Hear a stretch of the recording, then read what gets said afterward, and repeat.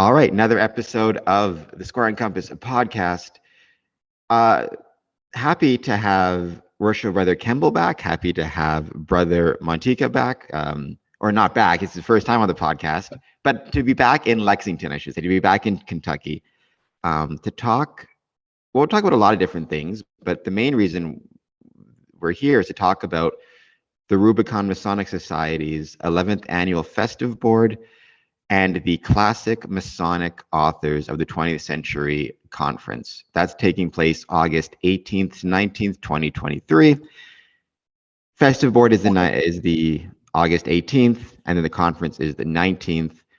I'll throw a link down in the video description where you can get more information about it. It's being hosted by Lexington Lodge No. 1, William O. Ware Lodge. And when I got in touch with Lexington and with William O'Ware about the upcoming conference, they directed me towards you, Brother Mantica. So let me start with you. What is your involvement in the conference? What is your involvement with Lexington Lodge and William O'Ware Lodge? Why is it that they sent me your way when I was getting in touch with them? Sure. Well, I've been a brother at Lexington Lodge since early 2021. So a relatively young Mason still. And by the way, not to interrupt, but I'll give a plug. You did a great presentation through Rubicon on the view from the starting line, which is on YouTube about a year ago, I believe it was.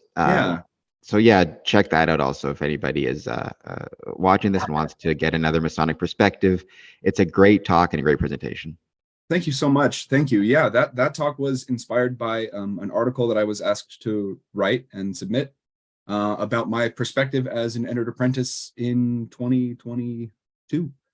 And so that was a joy to write. And I am very interested in writing on Masonic topics and publishing on Masonic topics. And so my extent of my involvement with Lexington Lodge No. 1 is from the perspective of being a brother there. I'm involved and engaged there. I have not written anything for William O'Ware Lodge of Research yet. I do hope to do that very soon, though. And Worshipful Brother Kemble and I have been talking about that a little bit, and hopefully that's in my future. So, let's start with the start. Right, what is the conference? How did you come up with that topic? 20th century or classic Masonic authors of the 20th century. What can attendees hope to learn about the craft? What can they hope to gain from this conference and also the festive board the night before? What can people expect at the conference, and how did the topic come into being? Well, I think Worshipful Brother Kemble can probably provide a little bit more details about the origins of the idea of this conference. But from my point of view, we have selected 4 Masonic authors from the 20th century, or from the 21st century, that we think have important things to say or had important things to say, and whose works are not appreciated fully enough today, and could really help out Freemasonry as a whole today. And so I see the event as an opportunity to engage with those authors, kind of have a dialogue with the past, and bring that to light a little bit more, make people more aware, as we said, to acquaint or to reacquaint Masons with some of the things these guys were saying, because even in the last century, there were some things that these guys were saying that were really poignant, really true, really worth taking note of. So please, Worshipful Brother Kemble, add something to that. The entities that are sponsoring this event, I think if you let me, I'd like to just explain a little bit about their different roles. The Rubicon Masonic Society, which will be hosting the event, is a private, by invitation only, association of Masons in Kentucky. And we have some members who are not Kentuckians, but for reasons of distance and travel, they are honorary members as opposed to being active members.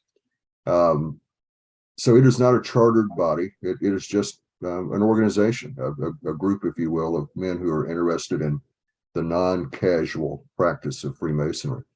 Lexington Lodge No. 1 is, in fact, not only a chartered Masonic lodge, it's the oldest lodge in the state of Kentucky and the oldest lodge west of the Appalachian Mountains. William O. Ware Lodge of Research is actually in northern Kentucky. It's about 70 miles north of Lexington, and it's a research lodge. It does not initiate, pass, or raise members. You must be a Mason in another lodge. So I lay that as the foundation to try to address the question of what's the origin of this conference. In studying the works of these men on whom we're going to focus, we found that a lot of contemporary Masons are no longer familiar with their work, and their work was very, very well known in the early part of the 20th century and on into the later years of the 20th century. So our purpose is to shine a spotlight once again on the works of 4 very significant authors. And I think you'll also see that there is a common thread that runs through the works of these men that ties their writing together from the very earliest years, pre-World War I in the 20th century on through the end of the century. Yeah, I just caught that I had said 20th century and I was right, and then I corrected myself to 21st century. It is 20. I always get the 1900s. Yeah, thank you. Yeah, I just let that slide. I was like, it's in the past. It's sometime in the past. Yeah. The 4 authors that will be on which the focus will be at Andrew S. McBride, Joseph Fort Newton, Dwight L. Smith, and Thomas W. Jackson. Worshipful Brother Kemble, you mentioned that there's a common through line with these authors. What is that through line? How did you, because obviously there's been many Masonic authors in the 20th century as well as in the 21st century and as well as in the 18th century. What was it about these 4 authors in particular that what was the through line or the commonalities that made the conference organizers decide to focus on them? And what are some of the things you think that brothers can learn from them, even if, and everybody should go to this conference, but if they can't go to this conference, what are some of the things that they can learn by researching these authors on their own? I think the most common theme that you'll find among these particular writers is the notion that grounding and education in Freemasonry ought to occur as men are moving through the degrees, as opposed to waiting until they've been raised as Master Masons and then trying to teach them about Masonry. So Andrew McBride and Joseph Fort Newton actually knew each other. And McBride is the earliest of the authors here, but his work influenced Newton. McBride died in 1923, I think. Newton survived for another 27 years after that. And in many of Newton's later works, he specifically cites McBride as an influence. After Newton, you fast forward on to the 1940s and 1950s, on into the 1960s, with Dwight Smith, who was a past Grand Master of Indiana, also served as Grand Secretary of Indiana. Smith picked up the same themes about how to deliver, how to ground men in Freemasonry, how to deliver Freemasonry effectively. Tom Jackson, from the 1990s on into the early part of the 21st century, again in Pennsylvania, wrote about those same themes, and that is, we need to ground men in Freemasonry and the principles and philosophy of Freemasonry, even before they begin to receive the degrees, with pre-degree orientation, so they know what it is that they're joining and that they can be an effective part of that. You touched on this with your answer, but I think it's worth delving in a little bit more. And this I'll open up to either of you ever wants to jump in first. What is, in your mind or in your minds, what is Masonic education? Well, Antonio, you are the product of a highly structured Masonic education experience. So I'll let you tackle that. Sure. Yeah. So you mentioned that view from the starting line talk that I gave for the Rubicon Masonic Society. Part of that, we went into a little bit more details about the structured education program that we have here at Lexington Lodge No. 1. I want to say it took me roughly a year and a half to be raised as a Master Mason, and then another 6 months on top of that to become proficient in it. And all of that was because of this course program. It was a once a week course with reading and with not quizzes, but worksheets and self-reflection and discussion amongst the class that really instilled in us, in my cohort that went through it together, a sense of the importance, a sense of the gravity, what's the right word, like a reverence for the craft and for studying it and for practicing it. So I guess to answer your question of what Masonic education looks like, from my experience and from what I have gone through, it's practicing Freemasonry. It's reading about it, reading what people have written about it, and trying to find ways to apply its tenets to your life. I don't know. Maybe that's a super vague answer, but I mean, it is a broad thing. So. How broad? Because that is I think that's a super interesting. I think that is a super interesting tension that exists within at least in my experience in starting the podcast and through my experience. It's a very interesting tension that seems to exist in terms of what constitutes Masonic education versus Masonic administration versus, like, where does one end, the other begin? And it's a very fascinating discussion in terms of, like, I'm trying to think how to put this. Most people wouldn't consider, for example, so you hear the expression all the time, right? George Washington didn't join to hear the minutes read, or George Washington didn't join to hear the accounts be paid. I don't know if you guys have heard that, but that's one I hear all the time. If not George Washington, a brother doesn't join to hear the minutes read, that type of thing, right? Or to hear the accounts be paid. But you could argue the payment of accounts in a lodge can be a type of Masonic education. If a brother, asks, can you tell me more about these particular bills? Like, what is the district association that we pay towards? What is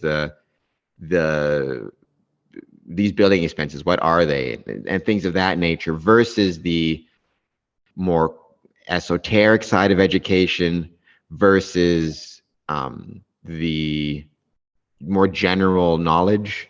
Like, I've done presentations in Lodge about NASA. I mean, I saw in your presentation that you're a big physics fan, Brother Mantica, and I have done a couple of presentations in Lodge about NASA programs like the Euclid space mission, because Euclid being a pretty important both Masonic figure in some ways, as well as geometry, as well as for space exploration. I just think that's a really interesting, and I'm seeing it more and more in some of the discussions I've had, both online and offline. There's this really interesting question amongst Masons now as to what is worthy of study from a Masonic point of view. And because there's only 24 hours in a day, there's only, say, 2 hours in a meeting. what type of education can those 2 hours encompass, along with all the other things that have to be done in a meeting? So it's a really interesting question, I think. And there's no right answer, right? Everybody kind of finds their own balance of what they think is important to study. But yeah, I'm becoming more and more interested in this question of how does a Mason and how does a lodge determine what's worthy of study and what's worthy of a brother's time versus what's more, we'll leave this to the secretary and we'll leave this to the treasurer, and this is what we'll focus on as Masons. It's an interesting tension I'm sensing, and I'm not sure what the answer is, but I always bring it up now when I talk about Masonic education because I think it's worth discussion.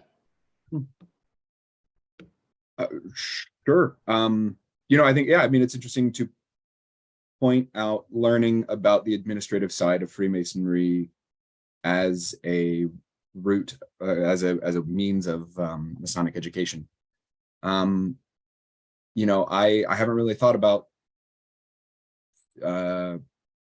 presenting on administrative topics as a education topic or an education presentation before, but I realize that that's an element of Freemasonry because we do have buildings, we have finances, we have to pay bills, and but my instinct, my initial reaction is to say that the administrative sphere of Freemasonry is a separate one from the real art of it, the real aims of when we talk about things like self-improvement and harmony amongst brothers, and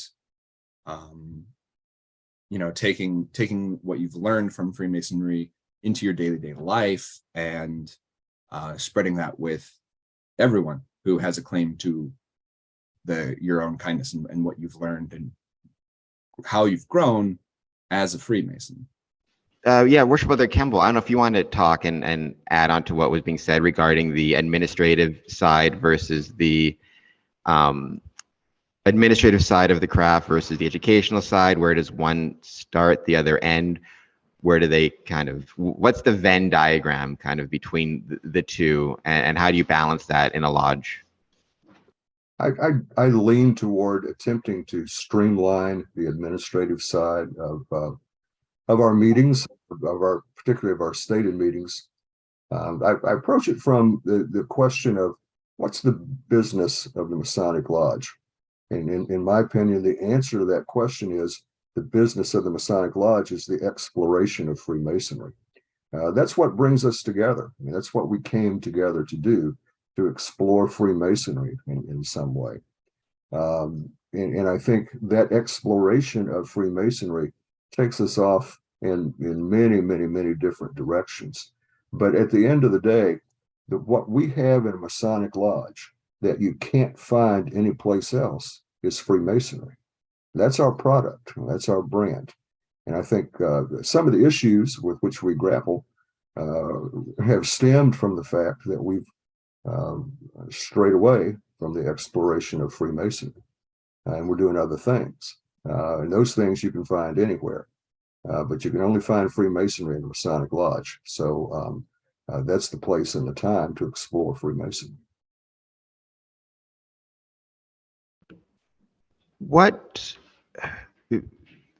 So that exploration of Freemasonry, what does that look like for a lodge versus an individual Mason? So what I mean by that is, what can a lodge do to assist brothers explore the craft, either what the craft means to them or just in general? How can a lodge help facilitate that versus what can individuals do to explore Freemasonry? And where do the two meet? Where do the two separate? Because obviously you're not living your life, despite the fact that it can sometimes feel that way. You're not living your life in a lodge meeting. So I guess what does exploring the craft and exploring Freemasonry mean both at a lodge level and at an individual Mason level?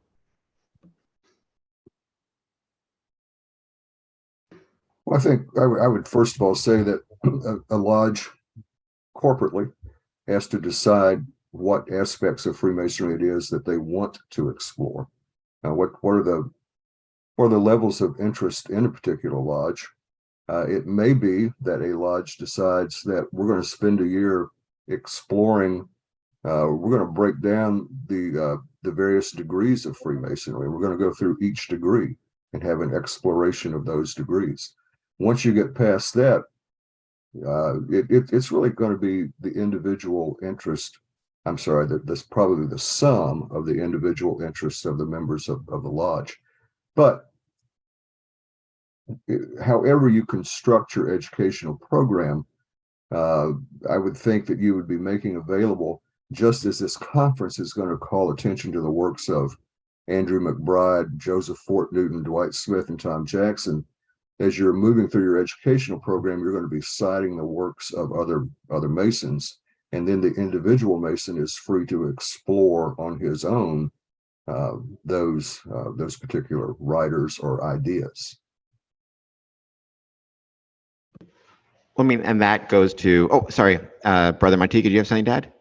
No, I was just gonna, yeah, absolutely agree that there's a nice like back and forth between, if you want to talk about the relationship between how the individual exploration of Freemasonry compares to the group or the lodge exploration of Freemasonry. Exactly what Worshipful Brother Kemble just said is that the individuals inform the lodge decision of exploration, which in turn can inspire the individuals to go on paths of exploration that they can then bring back to the lodge. So there's a nice like symbiotic relationship there in terms of how the exploration actually grows. The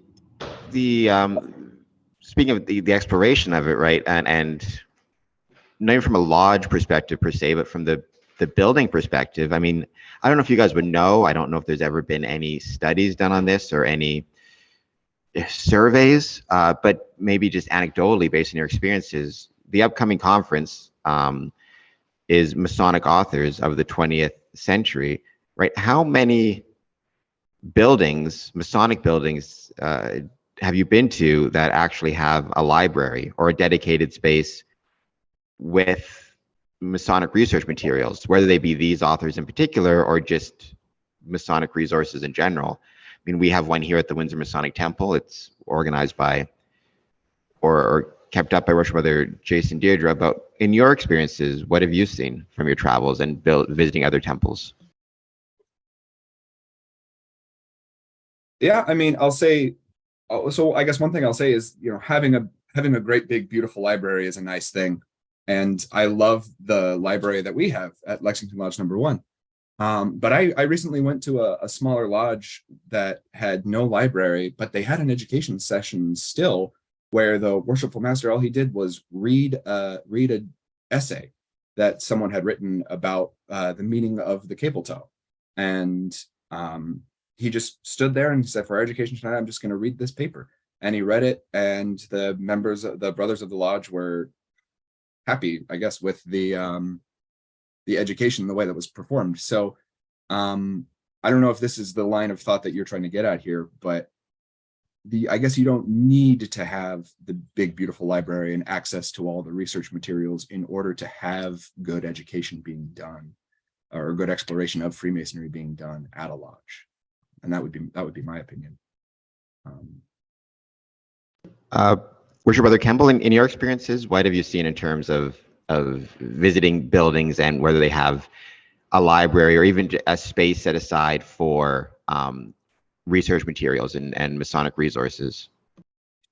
Lexington Lodge No. 1 is unique in that it does have a very nice library and a relatively large Masonic library. They are the exception and not the rule. Most lodges in Kentucky do not have libraries. There are some regional libraries in Scottish Rite temples located throughout the state. The Grand Lodge in Louisville has a nice library. in Northern Kentucky, we're just across the river from Cincinnati, and the Cincinnati Masonic Center has a significant Masonic library. So there are hands-on library experiences that are available. They're more available on a regional basis. There are a handful of smaller lodges that would surprise you throughout the state that actually have Masonic libraries. But and I think Brother Antonio's response also indicates we live in a changing society, and information is available more online now, and people can access it more easily than going to a library and picking up a book off the shelf or looking for a book. Now, I'm of a generation that still enjoys a hardback book in my hand, but we have to, I think, be cognizant of the fact that information is available at our fingertips these days. I also think it all goes back, though, to Albert Mackey, who wrote that famous essay in the 1870s about Masons who read and Masons who don't read. And the sad fact of the matter is most Masons never read very much about Freemasonry. And again, part of this conference is designed to hopefully inspire some of our fellow Masons to read men who in many ways shaped the course of 20th century Masonry. And I think that goes to, you discussed it and kind of touched on this point. When we talk about, say, libraries or grand, not every lodge, not every building will have the space or will have the availability to have a library like the one in Lexington, for example, or Nashville or wherever it may be, Cincinnati. But I do think it's there's probably still some space available that you can have some shelving put up and even get, even if you start small, which, say, just using the upcoming conference as an example, right? A lodge just decides to order the books of the 4 authors, McBride, Newton, Smith, and Jackson, and just start with your collection there. Start a small collection, and it can grow over time, either through donations or whatever it is. I mean, it doesn't have to be, and Brother Mantica kind of touched on this, it doesn't have to be a big, but it can be something that starts small and grows, and maybe gives brothers, something to look at before the lodge starts, and they can pull up that type of thing. I think there's a lot of interesting. Sometimes Masonic temples have a lot of space. Masonic buildings have a lot of space that maybe doesn't get used or doesn't get used efficiently. Throwing a few books up there might be a good way to use some of that space. Sure. I mean, I think even that too harkens back to a little bit about saying that Masonic education doesn't really have one way that it looks, I think. And, we kind of already said, like, the individuals in the lodge kind of have a way that they shape it. But yeah, I mean, good Masonic education can happen, I think, on a multitude of levels. And, even with internet resources now, like we were just saying, there's no reason that it can't happen anywhere. So we talked a little bit about this offline, but what is the response that you guys are seeing for the upcoming conference? What is the interest generated? Are you getting a lot of responses from outside the state of Kentucky? A lot of people planning to visit? Just what's the response been like? I mean, I saw it online and advertised in a few locations, and there seems to be a lot of positive response and interest. What are you guys seeing? Brother Kemble. Initially, we've had a very good response to it. And we have had Masons from California who have registered to attend. We've had a fellow from Florida, one from Kansas. Other jurisdictions have indicated that they're going to be in attendance as well. So we're hoping to have a healthy turnout of our own membership in northern and central Kentucky, and then with brothers from across the United States and from Canada who choose to come down and join us. We're very happy with the initial response that we have had. And for those people who are interested, I know that there's some email addresses and stuff, but how do they go about registering? And is it open to non-Masons, or is it only open to Masons? You know, I believe that we have opened this to non-Masons. I think the Rubicon Masonic Society has a virtual education program on the fourth Monday of each month. All of those are recorded and put on YouTube. So obviously they are accessible to non-Masons as well as Masons. I don't believe that there's absolutely anything in this conference that would be inappropriate for a non-Mason to hear. So at this point in time, if there's a non-Mason who is interested in Freemasonry, again, we're going to be focusing on the writings of authors. So it's less about the symbolism and the ritual that's involved, and just about ideas. And I think that's that would be open to anyone.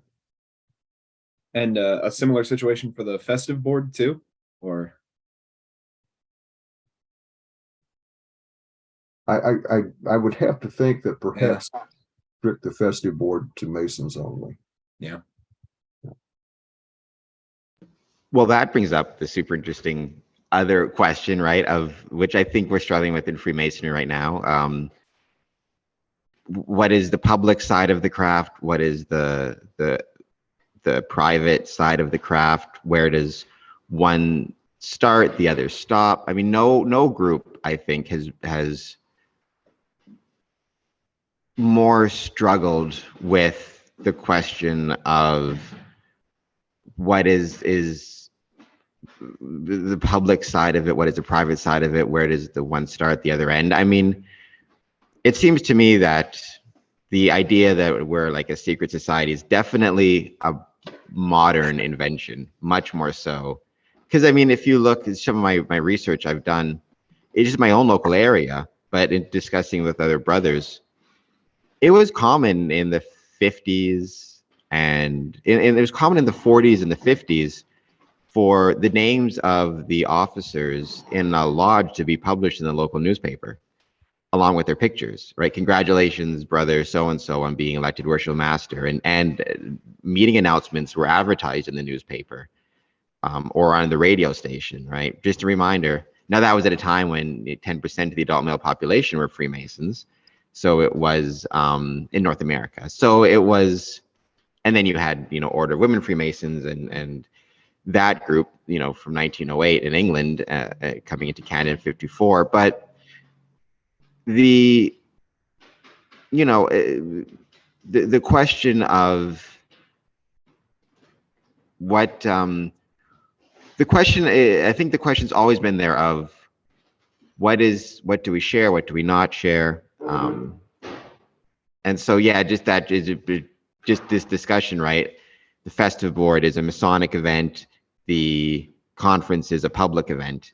It just goes to show there's always going to be, I think, that it's a very interesting idea between what is a forward public facing of the craft and what is the private aspect of the craft. I think it's really cool. I think it's a really cool discussion. Sure. Well, if I can just say about the festive board, I think that the festive board might be restricted to brothers only, not necessarily from the grounds of the discussion of secrets pertaining to Freemasonry, but rather that the idea of the festive board, I think, is more to celebrate a harmony amongst brothers. And so much of the content that happens at the festive boards, at least the ones that I've been to, is about celebrating brotherhood and the relationships that we have amongst each other. So rather than being like, oh, well, we're going to close the doors and discuss this or that, or I think that might be where that stems from, specifically speaking for the festive board. And I agree with that. And I appreciate the distinction between secret and private. Our festive boards are not tiled meetings. There is ritual that's performed there. There is a ceremony, there's a form to it, but it is not Masonic ritual. And The serving staff of the facility will be in and out of the room all night long. I would think that perhaps we would limit participation in the festive board to Masons only, because I'm not entirely sure that anything that would occur at the festive board would be meaningful to a non-Mason.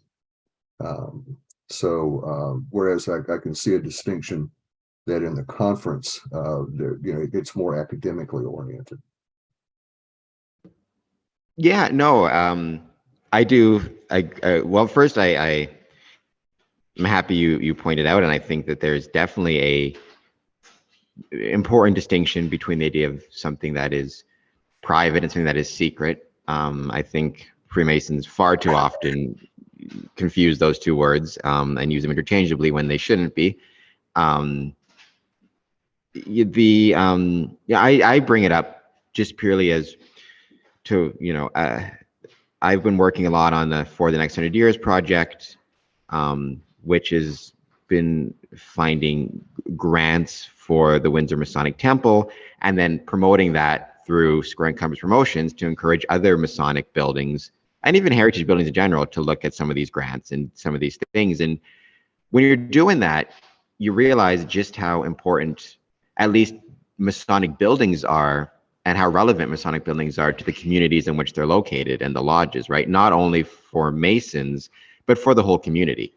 And how oftentimes these buildings, people have this, imagine them as being these private buildings, when in fact they're used by the community for all sorts of things. From, if you Windsor Masonic Temple, I mean, it was the site of mass vaccinations. It was the site of collecting of scrap metal during World War II to send over to help the war effort, to weddings, to graduations, to dances, to ballroom dancing.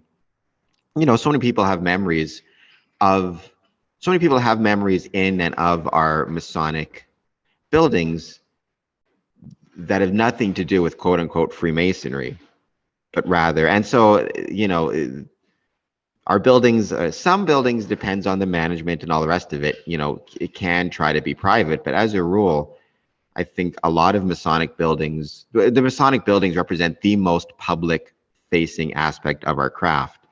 And oftentimes are incredibly important to the community as a whole. I mean, there's two concert venues I can think of that have played host to some major, the Stones, the major comedians, Phantom of the Opera, that are called the Masonic, because they're housed in Masonic temples, right? Detroit and San Francisco.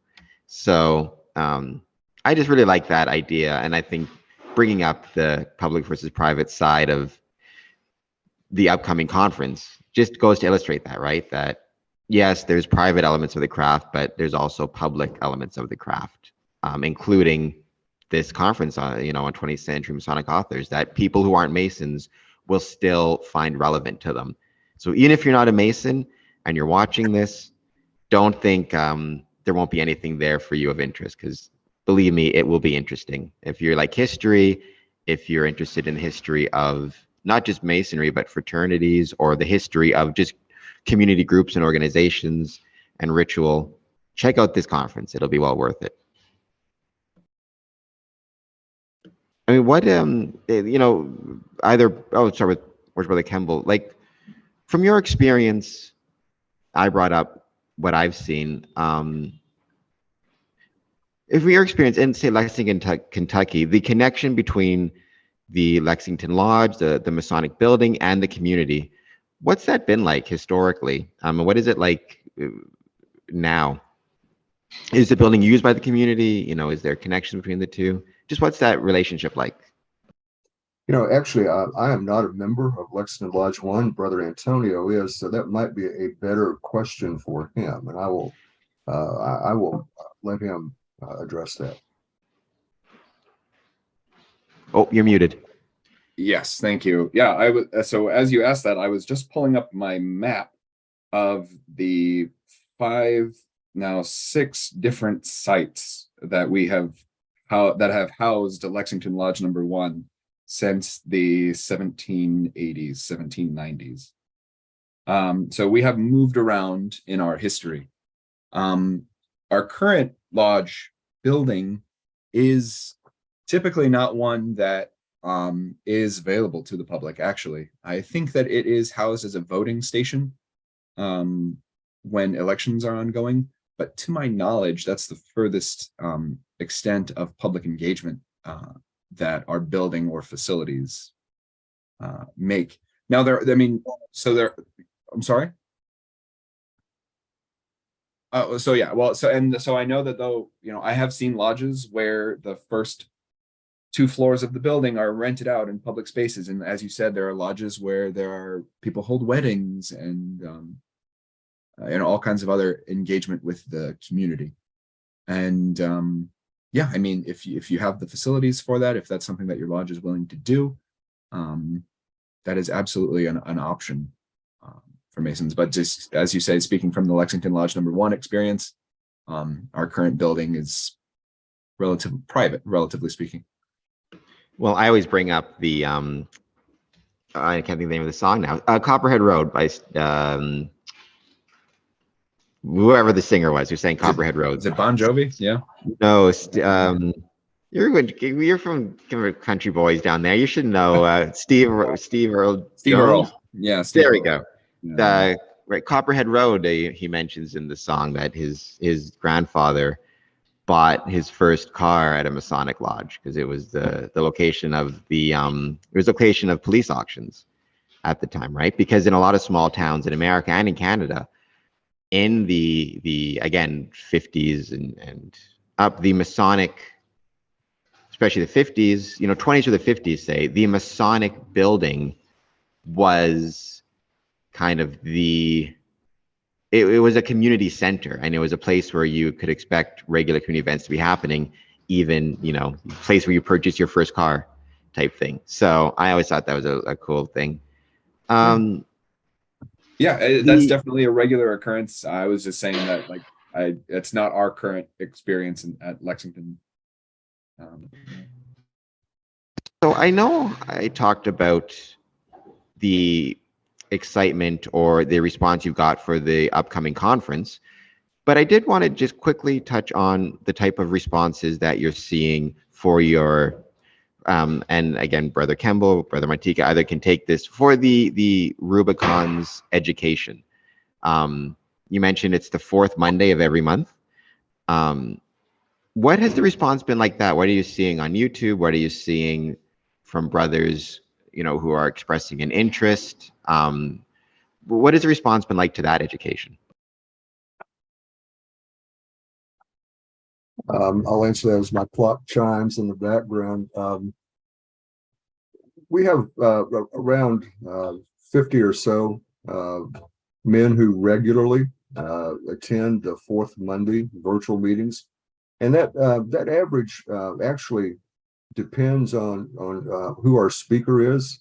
We usually go outside our group, and our guests will be noted Masonic authors or people who have written an essay about a particular topic of Freemasonry, or who have had some unique Masonic experience that they'd like to share. So each speaker will bring in a cohort of people who find his topic interesting.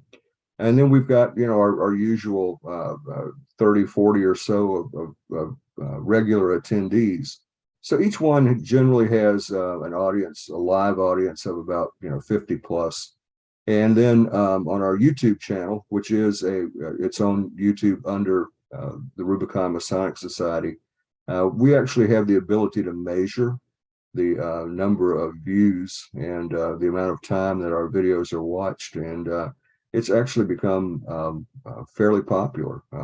We have, I think, somewhere in the vicinity of well, I'm trying to do this from memory, and that's always dangerous, but it's a significant number of views, and perhaps more significantly, the hours watched indicate that the people who just come to us and pull up a particular video actually stick around to watch it. What would you say is maybe just based on your feelings on the matter, I don't know how much like diving you've done into the analytics of it, but what do you think is the key to that? I mean, what you're talking about there is audience retention, basically hours watched, right? People stumbling across the thumbnail, clicking on it, and then sticking with the video, which any YouTuber will say, right? Retention is really the key metric when you're putting stuff online. I mean, I suppose really you could just make that argument that that's true for Mason, like that's true for, life, right? Retention is the key. I mean, getting a Mason is fine, but are you retaining that Mason's interest throughout his Masonic career? But in the YouTube space, when they click on your thumbnail, how long are they sticking around before they get tired of you and go somewhere else? And so it sounds like what you're saying with your analytics is guys are clicking and then clicking and sticking. They're clicking on the thumbnail and then they're sticking around and watching it. Why do you think that is? What do you think it is about your videos that is so attractive and so does such a good job at retaining your viewers? Just asking for a friend. Antonio, do you have thoughts about that? Sure. I'll just say, I just pulled it up really quickly. And so just to give you some numbers, I'm seeing that the page is currently at 2,500 subscribers. Some of the videos have many views. There's one I see that has 19,000 views. The average seems to be in the mid hundreds, like between 500, 800 looking around. But yeah, I mean, as, Worshipful Brother Kemble said, if you ask me what I thought was like the secret ingredient to success for those videos, I think it's exactly just the content that's being provided. I mean, the people who have something to say, people who have an interesting story, people who want to shed some light on a topic in Freemasonry that has gone unappreciated or underexplored. That they're interesting and they're stories worth telling, I guess. And so if just interest in Freemasonry is what's bringing people to check out these videos in the first place, I think that's what's making them stay. Is the content available on other sites, or is Rubicon looking at putting the content up on other sites like audio sites, Apple Podcasts, whatever it might be, or are you guys sticking right now with YouTube? I think converting them into podcasts might not be a bad idea, but that's not a conversation that I've been a part of.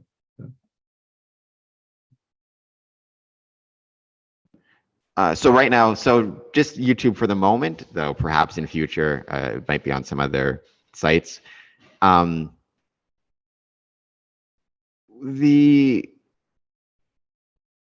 What was like? I'm curious. The decision process. So you have the Masonic education, fourth Monday. Then where did the decision come, or how was the decision made to put things up onto YouTube? Was it just, we'll try it and see what happens, or yeah, I guess how did that decision making process take place? Because I think it's great to see, and we're seeing a lot more Masonic content up on YouTube, and other sites as well. Different, Masonic podcasts are using different formats. For Rubicon, where did the decision come from to start to place your education on the Masonics on YouTube and make it available to the public? More available to the public, I should say. This whole series actually was born in the time of the pandemic. So we began our virtual education series in 2020 when lodges in Kentucky and elsewhere around the country were shut down as a result of the pandemic. We were physically prohibited from meeting together. So in order for Masons to remain in contact with each other, we decided that we would use the virtual education programs as a platform to hold these assemblies, and we could continue to at least interact with each other online and enjoy some quality Masonic discussion at the same time. As a result of that, we had some requests from some of our attendees to make the programs available online, or to archive them in some way so that people could view them at a later time. And in response to those requests, then we began to record and post them on YouTube. And I'll say too about that, moving to the virtual education during the pandemic was because I think I think everyone, we were hungry for more. We were hungry to keep the Masonic education, the Masonic dialogue conversations going when we couldn't meet in lodge. And I think that the people who are coming and watching these videos, and hopefully the people who come to this conference, are also going to be people who are hungry for more, hungry to participate in Masonic education, Masonic discussions. Were you surprised? Because looking at the YouTube site, which everybody should check out. You're still seeing good views. You're still seeing people coming back. Have you been surprised? Because I know a lot of brothers were saying that once the in-person meetings resumed and the COVID restrictions eased, to the extent that we could meet in person, that the virtual education that did spring up a lot during COVID would kind of go away and fade into the background, or just go away altogether. And it seems like that's not the case. It seems as though you are still seeing an interest in virtual education and virtual meetings.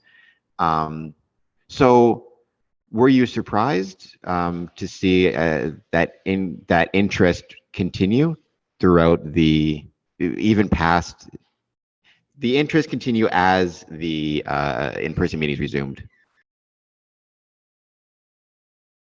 I think it speaks to two things.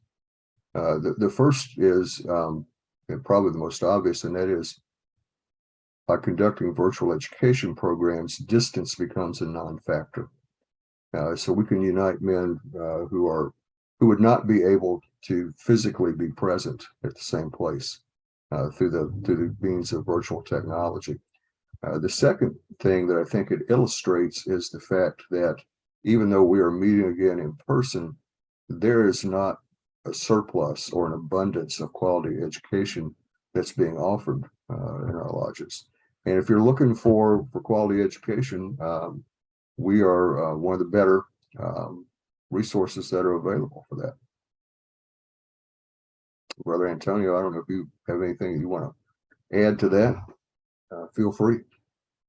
Yeah, I'm not surprised that people have continued to attend these events post pandemic restrictions, and simply because exactly I think that the product that's being offered is high quality,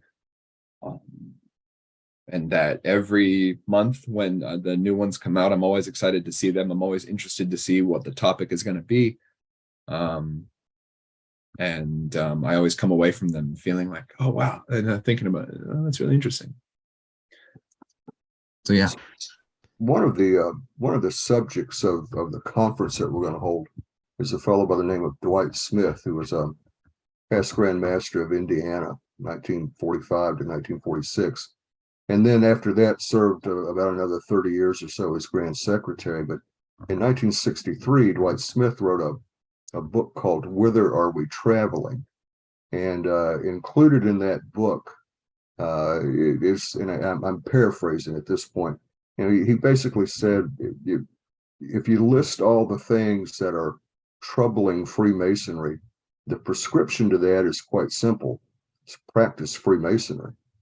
And I think that to a large extent, is the philosophy behind our virtual education programs. We're practicing Freemasonry, and I think people still find that attractive. Then the question becomes, right, what does it mean to practice Freemasonry? But I 100%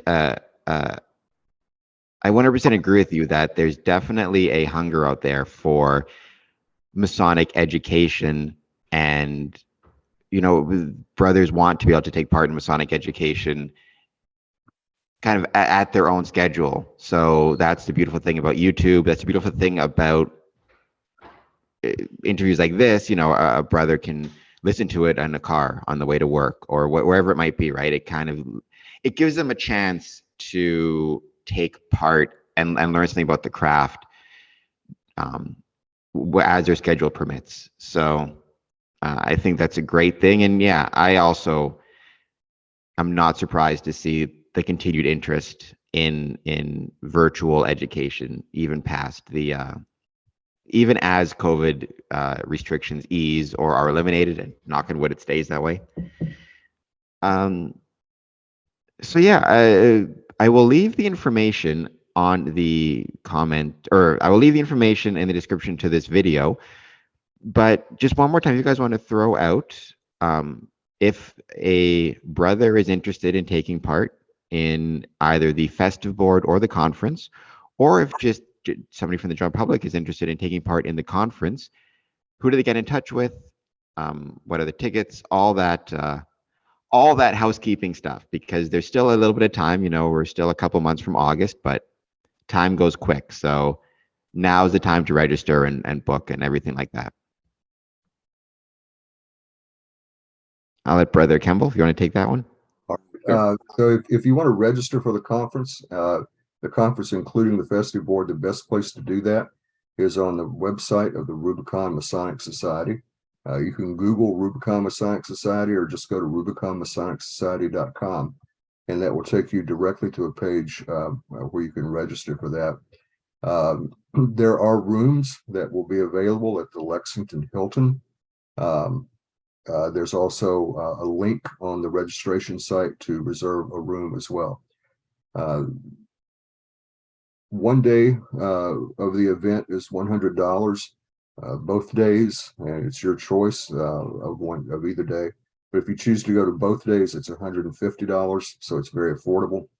One of the things that we have not mentioned is our lineup of speakers for this particular conference, and that is Worshipful Brother Andrew Hammer, who is the chairman of the Masonic Restoration Foundation, will be coming down to talk about the works of Andrew McBride. Chris Hodap, who's well known as the author of Freemasons for Dummies, will be talking about Dwight Smith, his fellow Hoosier. And our own John Bizak will be talking about the works of Tom Jackson, past Grand Secretary of Pennsylvania.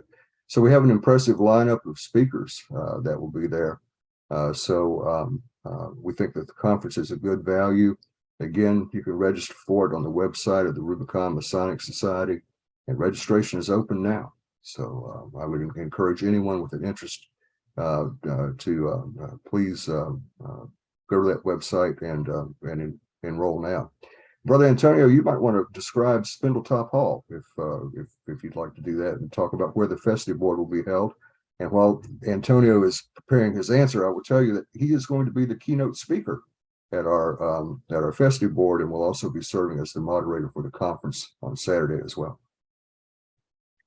That's correct. And I think you also left out the fourth speaker, who is yourself, and who is also on that roster of talented and impressive Masonic authors who will be coming to speak. But yeah, the festive board then is held at Spindletop Hall, which is a University of Kentucky alumni club, I think, officially. The building, let's see, I can pull up, was built in the 20s? 1936 was when it was finished, it looks like. It's a large, beautiful large home on the rolling green hills of Kentucky. Very secluded, very nice, and we've held a number of festive boards there now. And it's been a fabulous space for us. The food is always great. The fellowship, the toasts, the songs, always a joy. So yeah. What date, trying to think if I saw on the poster, is there a date by which registration ends, or can people register up to the last minute? I mean, my assumption would be, though, it's going to be popular enough of an event that, you know, you might fill up quickly in terms of just space. But yeah, is there a date coming up, a registration cutoff date, or can people register up to the last minute? The conference itself is Friday, August 18th. That's the Festiboard. And then Saturday, the 19th of August is the actual conference. I believe that we have said on that we are accepting registration up through August 15th. But it is conceivable that, you know, we might fill up prior to then. If that's the case, then we would just simply take down our registration apparatus at that point. But I can promise you, if you're interested in coming, we'll figure out a way to get you in. That's a good Masonic answer right there. That's the essence of the brotherhood, right? If you're interested, we'll find a way to get you. Thank you guys so much for taking the time. Worship Brother Kemble, it was great to have you back. You know, outside of just having you on the podcast, I guess this is your second time on the podcast. You used to, you've attended some of our virtual meetings for Harmony Lodge, which is one of the Masonic lodges I'm a member of, and I plan to have some more of those. So great to see you back. And Brother Mantica, it's great to have you. First time on the podcast, hopefully not the last. And I mentioned at the start, I'll mention it again, you know, any brothers out there, any people out there interested in the craft at all in any kind of capacity, check out Brother Mantica's presentation, The View from the Starting Line. It's a great presentation, and there's a lot of great information there, not only for Masons, but I think anybody can take something from it if you're interested in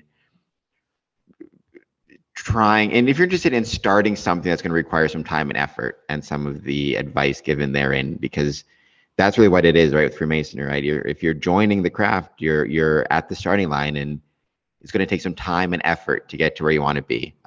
So thank you guys both so much for being on the podcast. Thank you. Thank you very much.